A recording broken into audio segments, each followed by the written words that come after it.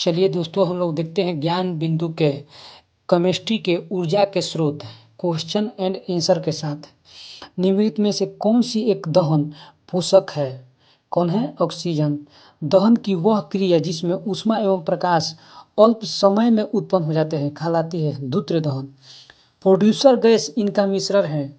इसमें से किसका मिश्रण है? CO+N2 का। गोबर गैस में मुख्यतः होता है। गोबर गैस में क्या होता है? मीथेन। एलपीजी का मुख्य घटक है ब्यूटेन।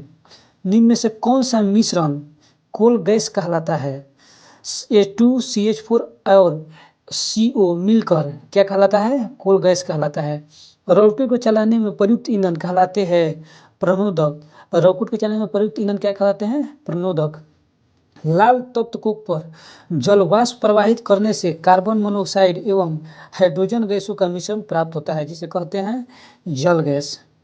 ऊष्मा की वह मात्रा जो किसी ईंधन के 1 ग्राम की हवा अथवा ऑक्सीजन में पूर्णतः जलाने के फलस्वरूप प्राप्त होती है, क्या कहलाती है?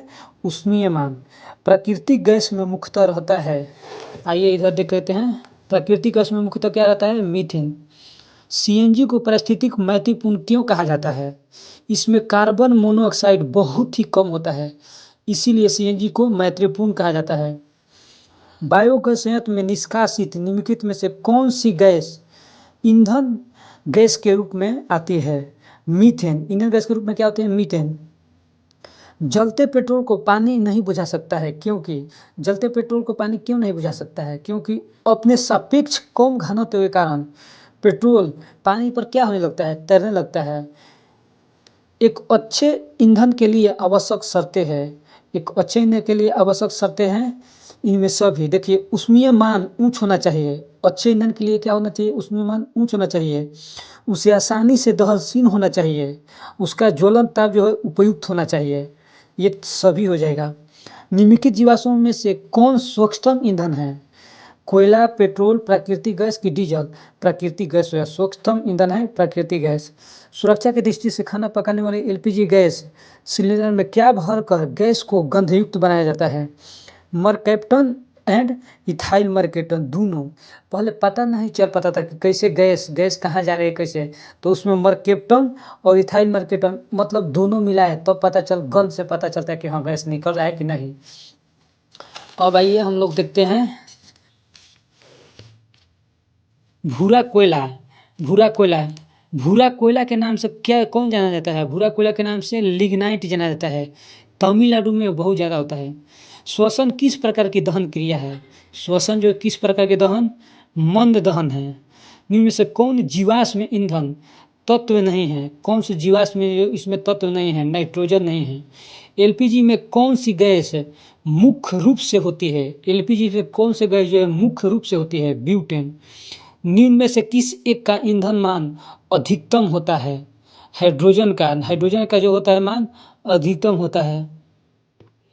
दहन की क्रिया के लिए आवश्यक शर्तें हैं। दहन की क्रिया के लिए आवश्यक शर्तें क्या है? दहन की क्रिया के लिए आवश्यक शर्तें ये सभी हो जाएगा।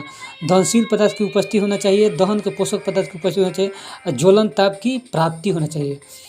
जल गैस किसका संयोजन है? CO+A2 मिलकर जल गैस बन जाता है। साधारण अग्निशामक यंत्र में CO2 निम्नलिखित में से प्रतिक्रिया से उत्पन्न होता है। सोडियम बाइकार्बोनेट एवं तंदुगंध। सोडियम जो हम लोग खाते हैं वो, और तंदुगंध काम्ल। कार्बन मोनोऑक्साइड तथा नाइट्रोजन गैस के गैसीय मिश्रण को कहते हैं। कार्बन डाइऑक्साइड और नाइट्रोजन गैस के गैसीय मिश्रण को कहते हैं प्रोड्यूसर गैस। निम्न में से कौन सा ईंधन न्यूनतम पर्यावरण प्रदूषण फैलाता है? हाइड्रोजन जो है न्यूनतम पर्यावरण प्रदूषण फैलाता है। देखिए, अब मिलान करना है तो सीएनजी क्या होगा? सीएनजी मीथेन इथेन हो जाए। सीएनजी में क्या रहता है? Methane ethane. एलपीजी में आ जाएगा ब्यूटेन प्रोपेन, जो लोग हम लोग खाना वाना बनाने के उपयोग करते हैं। कोल गैस क्या हो जाएगा? हाइड्रोजन, मीथेन, कार्बन मोनोऑक्साइड, ये सब क्या है? कोल गैस है। और जल गैस जो हो जाता है, जल गैस हो जाए एक कार्बन मोनोऑक्साइड और हाइड्रोजन, ये दोनों मिलकर जल गैस हो जाते हैं। अब आइए हम लोग देखते हैं क्वेश्चन नंबर 28। वे पदार्थ जो जल कर ऊष्मा प्रदान करते हैं कहलाते हैं ईंधन।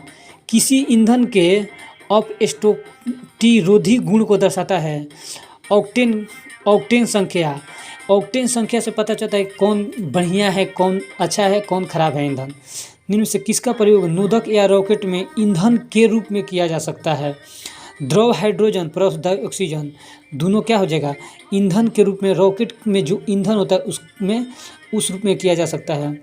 नॉर्मल ब्यूटेन तथा आइसोब्यूटेन का द्रवीभूत किया हुआ मिश्रण कहलाता है। नॉर्मल ब्यूटेन तथा आइसोब्यूटेन का द्रवीभूत किया हुआ मिश्रण कहलाता है द्रवित पेट्रोलियम गैस। एलपीजी का पूरा नाम क्या है? Liquefied petroleum gas. Liquefied petroleum gas होता है। यहाँ पे थोड़ा सा ऐसी हो गया है। जिस न्यूनतम ताप पर कोई पदार्थ जलना शुरू करता है उस पदार्थ को क्या कहते हैं? ज्वलन ताप। कोई भी न्यूनतम ताप पर जलना पदार्थ शुरू करते हैं उसे ज्वलन ताप करते हैं। प्रति ग्राम ईंधन द्वारा मोचित ऊर्जा की दृष्टि से निम्न में से सर्वोत्तम ईंधन कौन सा है? हाइड्रोजन, जो बहुत कम पर्यावरण, जो बहुत कम मतलब ऑक्सीजन कैसे होता है कार्बन से वैसे नहीं करता है, बहुत कम ये गैस एथी करता है। कोयले की विभिन्न किस्मों में से किसमें कार्बन की प्रतिशत मात्रा सबसे अधिक होती है? सबसे अधिक किसमें होती है? एंथ्रासाइट में 85% से भी अधिक रहता है। सबसे ज़्यादा कोयले में क्या रहता है? एंथ्रासाइट प्रतिशत में अधिक रहती है। और लिग्नाइट में 65 से 70% होता है। और पीट में 50 से 60, बिटुमिन्स में 70 से 80% रहता है। अच्छा, बिना किसी बाहरी ऊष्मा के संपादित होने वाली दहन क्रिया को क्या कहते हैं? बिना किसी बाहरी ऊष्मा के संपादित होने वाली दहन क्रिया को क्या कहते हैं? स्वतः दहन। निम्न में से कौन ईंधन तत्व नहीं है? निम्न में से कौन ईंधन तत्व नहीं है? हीलियम जो है ईंधन तत्व नहीं है। यूरेनियम, रेडियम, थोरियम ये सब है जो है। देखिए रेडियम यूरेनियम सब परमाणु बम बनाने में काम आता है। इनमें कौन नवीकरणीय ऊर्जा स्रोत है? बायोगैस जो है नवीकरणीय ऊर्जा स्रोत है। इनमें कौन जो है जैव मात्रा ऊर्जा स्रोत का उदाहरण है? जैव मात्रा ऊर्जा स्रोत का उदाहरण कौन है? नाभिकीय ऊर्जा। जैव मात्रा ऊर्जा स्रोत का उदाहरण है नाभिकीय ऊर्जा। इनमें कौन जो है अक्षय ऊर्जा स्रोत है? सौर ऊर्जा अक्षय ऊर्जा स्रोत है।